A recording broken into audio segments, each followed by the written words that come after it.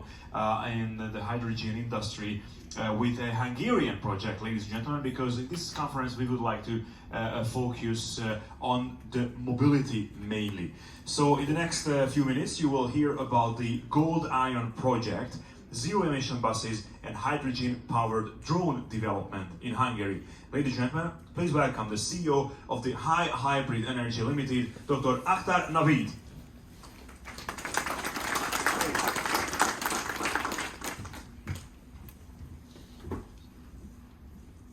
Good day, everybody.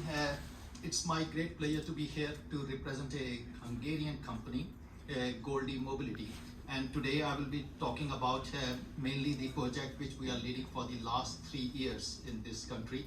And as an introduction, my name is Naveed Akhtar and I'm the founder and CEO of High Hybrid Energy. So I'm based in Scotland, so I traveled from Scotland today. And just to highlight the name of the company, if you look at the High Hybrid, the reason why I have chosen this name, basically if you see, in my opinion, the hydrogen is best united as a hybrid energy sources. So take an example of hydrogen used in a green hydrogen production. So hydrogen is dependent on the renewable power plants. So that's one example. If you look at any of the mobility applications, look at the buses, cars, they always rely on batteries. Doesn't matter how big it is or how small it is. You cannot run a single fuel cell, separate fuel cell to power a mobility application because you need to deal with the dynamics. So the idea here basically, so today I will be, why I'm highlighting this, I will be including some kind of slides to discuss the combination of mobility with battery electric and the hydrogen applications. So moving on to the next slide. So who am I? I thought I would try to give a background, what I have done in the past in the hydrogen industry. So I'm working on hydrogen and fuel cells for the last 21 years. The very first project in hydrogen started in Pakistan, from where I originally belong to. And this was the project straight when I came out of the uni. I am a mechanical engineer, straight coming out of the uni. I was lucky, to be honest, that I didn't knew that after 20 years that hydrogen would be a big thing. So before this project started, this was the first of its kind in my country.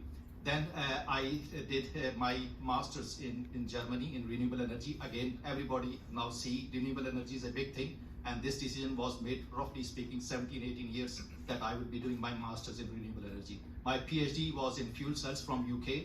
And during my PhD, I did the world's first modeling and experimental study during my PhD thesis. I worked for a British company, AFC Energy. And during that project, I was working on the world's largest stationary alkaline power plant with that company. Leading to the next one, which is the Hungarian fuel cell bus project. So again, this project started in 2019. This is the first of its kind when we started, and still, to my knowledge, it is still the first of its kind in Hungary. The GOLDiON project, basically, which includes different variants of the zero-emission buses. I am also proud to be the founder of the world first International Hydrogen Aviation Conference. So this step I took roughly 2 years ago when I realized that everybody is talking about the planes, the buses, the cars, the trucks, the trains as well, and also the ships, but there was hardly anything done on the aviation side. So I decided to set up this world first forum, and this forum basically is running this year's third event.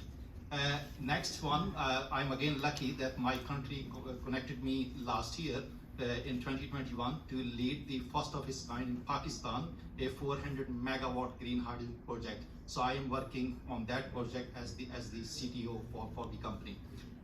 Moving on, yesterday it was again a lucky day for us. We signed a joint cooperation with a company to set up the first Hungarian fuel cell system assembly plant, which means we will be working together with a partner company. And the idea behind is that we will procure maybe only the fuel cell stacks, and the whole balance of plants assembly would happen locally here. And I would just use my own last 20 years of experience bringing together with all the partners into that game. And you never know what would be my next first, but I really like to be the first. Okay, so in terms of the projects, as I mentioned, we are engaged in many projects. and I will go into details in the coming slides. So basically our current focus is to lead all the relevant projects into the mobility area, coming from trucks, buses, ships, planes, and also to the trains as well. The GOLDiON project. So this project started in 2019. As I said, within that project, what we were looking for, we decided to start this project from a fuel cell point of view right in the beginning, but later down the line, we were talking to the local government people and also some partners as well, and we came to the conclusion that it would make sense for us to include the battery electric buses into our project portfolio. The reason behind was basically we understand that Hungary is still lagging behind in terms of the infrastructure, because there's hardly, to my knowledge, there's hardly one refilling station in Hungary right now, which started, I think it's last year, and there's much needs to be done. So what we did basically, why not we include the battery electric buses into the project? And as I mentioned before, hydrogen is best suited in many of the applications when it is hybridized with other energy systems, and that's the logic behind. So for the phase 1 project, we set up this zero emission bus family, which means we were looking for all the different combinations of battery electric and the fuel cell buses. Plus, we were also looking how to charge if it is a battery electric, and how to refuel if it is a hydrogen fuel cell bus. For phase 2, the idea behind is to have a local assembly of the fuel cell engines. So that part, as I mentioned in the beginning, yesterday we signed a contract with a company to do this local assembly, again the first of its kind here, and charging station assembly as well. Phase 3, which would happen later down the line, and the idea is we will further go into the detailed drivetrain assembly, which means not only focusing on the fuel cell engines, but taking care of the battery, for example. There is a DC-DC parts in the fuel cell drivetrains, and also there are electric motors as well. So we are linking together and talking to the relevant suppliers who are interested to work together to set up the whole drivetrain. So it's a long-term vision.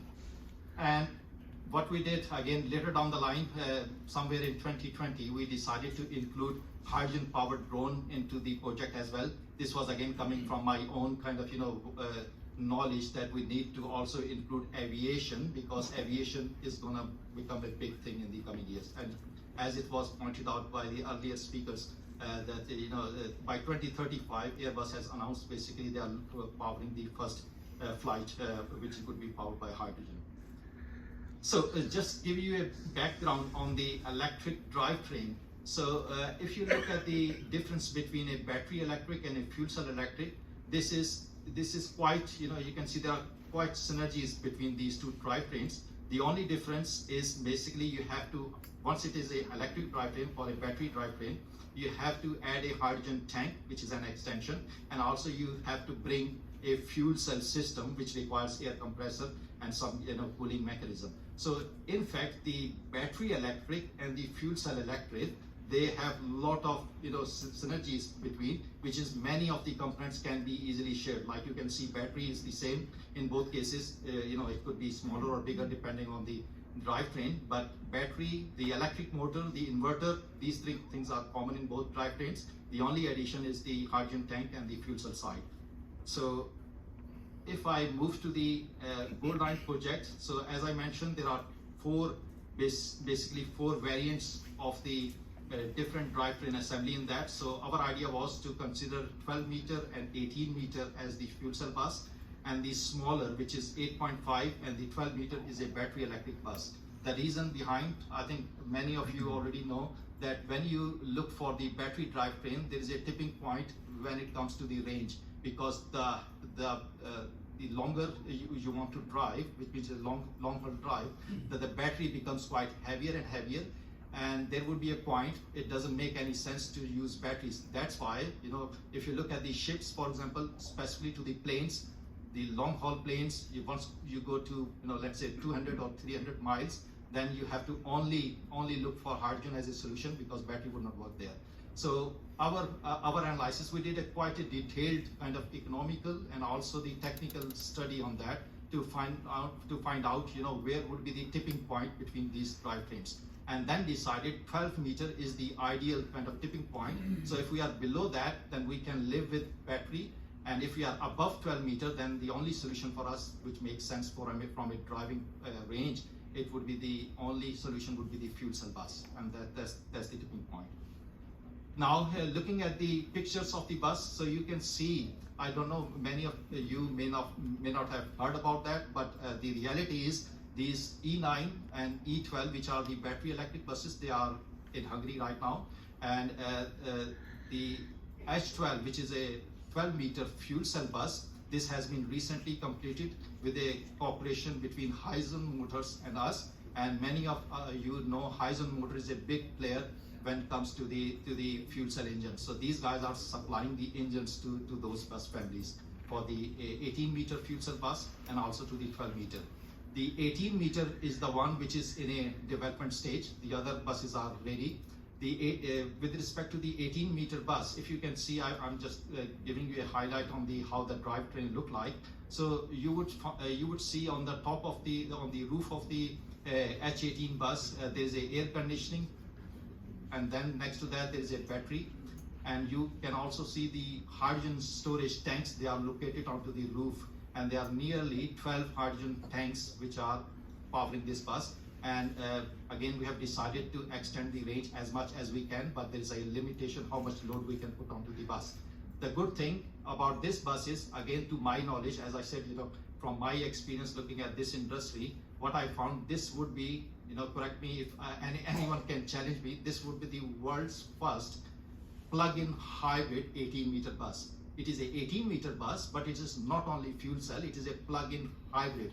So plug-in hybrid means you can charge it, and by charging this bus, you can drive down to, let's say, 50 kilometers to reach to a nearby refueling station, and then you can refuel a hydrogen. So this combination of a plug-in means you can drive both on electricity as a battery drivetrain or as a fuel cell as well. And on an 18-meter, to my knowledge, no one has done that.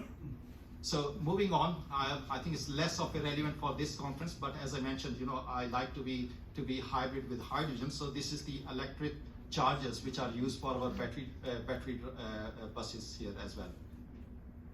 For the hydrogen refueling station, what we are looking here, we are, as I mentioned, our 12-meter buses are ready. The 18-meter are still in production stage, and we are looking what happens when the buses comes to Hungary, for example, and the 18-meter, if we want to refuel that, which needs quite a lot of refueling anyway, we need to find out, do we need to drive to Budapest, for example, from Reykjavik, or is there anything nearby? If we want to drive, I don't know whether we will be able to come back with the same single charge depending on the distance between. So that's why we are looking some other solutions, local solutions, where we can find some kind of mobile refueling stations. In this case, it is a very small station where you can refuel up to 200 kilogram a day, and this could suit like 4 to 5 buses a day basically. So if you think about each bus carries 40 kilograms, so you can easily refuel that. So idea behind is we are in a cooperation, and today we have a partner here. We are again lucky today. We have a partner here to whom we are discussing this partnership and finding out if we can have maybe a cooperation together, either as a contract or as a MOU. We will find out today. And the idea is to have our own customized refueling station for our buses. The 18 meter. So I'm going into a deeper detail now for the 18 meter. As I mentioned, it is the focus for us because it is a very innovative kind of bus design. So within the 18 meter bus, it is a special plug-in hybrid, so FCE PHEV, and this runs both on hydrogen as well as electricity. It is a M3 category low-floor bus, and this is in the last stage of the assembly. I will show in the later slide. And our plan is to have a full European approval for that, so that once the bus is ready, it can be used anywhere in Europe. The bus is equipped with a 100 kilowatt fuel cell system from Hyzon Motors. It has a high voltage battery and a 250 to 350 kilowatt electric motor as well, 12 hydrogen tanks at 350 bar, and it has a CCS2 type electric charger as well to recharge that bus. Further detail on that bus, so I would give you the whole layout where the bus currently stands. and what we have done in the past, at least past 3 years. And knowing that there were, COVID challenges in our way, so there has been slight slippage in the project, but we were continuing working with our partners to make sure that it is on track. So we started the bus design from a layout design, and then moved to the chassis body and a structure design. We also completed all the drivetrain component purchasing. This started, I think it was last year, somewhere in the early last year. Then we completed the chassis mechanical part, so all the chassis structure was done. Body assembly was completed. We did the welding production as well, and the current status of the bus, as you can see in the pictures, that it is sitting on a paint coating stage, which means the painting of the bus body has been completed. The next 2 or 3 stages which are left is, after that process, the bus would be entering into a final assembly and commissioning stage. And once this assembly and commissioning is done, it has to be tried to check if there are any malfunctions in the operation, which means we will be doing the inspection and debugging of the drivetrain. And finally, we would apply for the EU homologation, making sure that everything is ready to bring and then run this bus in a real life environment in Hungary to begin with, and the other European countries afterwards. The other project you may have seen in the exhibition hall upstairs. If you have not, please, I suggest go upstairs and you will find our hydrogen powered drone there. So the hydrogen powered drone again is another extension to the mobility projects which we were looking apart from the buses. In this case, we are targeting this drone to be locally assembled in the coming months. So at this stage, it is a fully assembled system, but the idea behind is to have the hydrogen tank which is sitting on the top of that drone. We would like to replace that tank to become, find out a much lighter, which can increase the range. So currently we are talking, roughly speaking, 4 hours to maybe 4.5 hours kind of flying range. But our idea is to have much thinner, much lighter, either type 4, for example. This is a type 3 in this case. Type 4 tanks would be much lighter, and then going forward, there is a lot of R&D ongoing. People are talking type 5 as well. So we can think about how we can further extend the range. That's one consideration. The other consideration is we are also looking, based on our expertise on the fuel cell side. There is a fuel cell in this drone, and we are looking how we can get a better kind of much lighter fuel cell, which can give much better power in terms of the dynamics of the flight. So these are the 2 active areas to look at, and we are in a continuous touch with our partnership to find out how we can achieve these 2 things into a best kind of status. The third thing, which we are looking as a European homologation as well for the whole system, which means all the components which are in the drone system, they are fully certified, and that's why we are working very closely how we can get certified. Like the fuel cell system should be certified, the hydrogen tank should be certified, so that we can run these trials to other part of the world. The same thing as you can see in the hydrogen powered drone, further details. So on the left hand side, if you can see, is the basic operational chart of the fuel cell, how it gives the instructions to the hydrogen powered drone. So you have a battery, as I mentioned before. Any mobility application, when you are looking to fly anything on fuel cells, you always need a battery. So there is a battery there, and this battery is working together with the fuel cell, and the fuel cell is basically checking the required voltages, required currents to power at a suitable height. There is a hydrogen tank as well in this drone, which is giving you how much pressure is there, because if the pressure is running out, you are losing your range. So all together is working on that case. Another project. So I'm slipping now out of the GOLDiON project, just the last 1 or 2 slides. So as I mentioned before, when we talk about the mobility or any hydrogen related projects, anything which consumes hydrogen, now it came to my attention. It was, to be honest, it was last 2 years, 2020 maybe onwards. Everybody start talking green hydrogen. I've never heard, if I look back my history, 2001, nobody knows even what the colors are. Up until 2016, 2015, nothing about any colors. And suddenly after that, within the last 2 years, every project, if I go to any news, green hydrogen. So what we did, that's the same thing. So the initiative kicks on because everybody understands Saudi project, NEOM project, is the claimed to be the world's largest project for green hydrogen production. So we came up with the same version of the Saudi NEOM project. It is the fourth of its size, roughly fourth or fifth of its size of the Saudi. So Saudi guys are talking 2 gigawatt and we are talking a 400 megawatts, so 1/5 of that. And the idea is very similar. Make green hydrogen in a renewable rich location in Pakistan and via the solar and the wind, because the city I belong to is Karachi, and when I'm there the temperature could be as high as 45 degrees Celsius. And you can have 365 days of solar. So it means you have an enormous solar energy there. Likewise, you have the wind there. So the idea is to connect the solar and the wind to have the green hydrogen produced. Once the hydrogen is produced, then you look where you want to transport. So we are looking very nearby partners. So China is the biggest partner for us because we have the borders with them. And even in fact, in this project, Power China, one of the leading player from China, is the partner for that project. So Power China from China, they are engaged. You can see in this picture as well. So this picture is basically from a royal prince in Dubai. So we have engaged this royal prince into the game, and he's owning 70% as a joint venture into that project. It's a big kind of thing for us as a project for a green hydrogen. You need some kind of investment because it's a big investment project. So this Dubai Sheikh basically, so he's owning 70% of the investment of these studies which we are currently doing. So we have completed the pre-feasibility, entering into the full feasibility, and these guys from Siemens in this picture, you can see they are discussing in this picture, for example, what kind of electrolyzers could be suited for that project.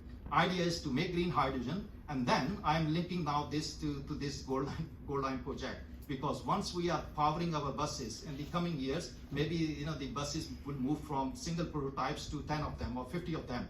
Once we are increasing that, we need more hydrogen. Then people would come to us and ask, Naveed, can you tell me, is it a green hydrogen? I don't know, because there is nothing green hydrogen right now. And many of the European people, they are still using fossil fuel on the background and give you a gray hydrogen. So what we need to do, we need to sell this and then bring this hydrogen and then connect to the Hungarian kind of infrastructure or to other European part to mobilize this kind of green hydrogen connections to all these kind of projects. So that's the intention behind. And the last one, so that's again a snapshot from my last year, second round of the International Hydrogen Aviation Conference I mentioned. And as I said, I am moving to the third round this year. And I'm really glad to see many of you are really interested in hydrogen. So this is my invitation to you. Please come to Scotland. It's a beautiful place to move around as well, to see the national scenery, and plus to have the look at the hydrogen use in aviation, what we are doing. Summary wise, so phase 1, phase 2, as I mentioned, these two phases are almost in the stage. So phase 1 is nearly complete. Phase 2, engine assembly, yesterday signed contract. Charging stations are happening, and now we are moving to the phase 3 kind of initial discussions. So looking how we can bring other players into the game for a full drivetrain kind of assemblies. So talking to different partners. For refilling suppliers as well. So as I mentioned, there is a potential partner today here, and our plan is to discuss with them. If they are happy to engage with us, I will open the dialogue and set up this kind of joint venture or a MOU or maybe a partnership, depending on how the discussion goes on. The last point in this is basically once we have done this part, moving to the last phase, we are looking for other extension to the project, not only looking and stopping at the fuel cell side, but looking the other part of the hybrid drivetrain, and that's the idea behind. With this, I will end my presentation, and thank you for your kind attention. If you have any questions, I'm here to ask, please. Thank you very much, Naveed. I mean, we can make it in the lunch break if someone would like to connect you personally. Thank you very much for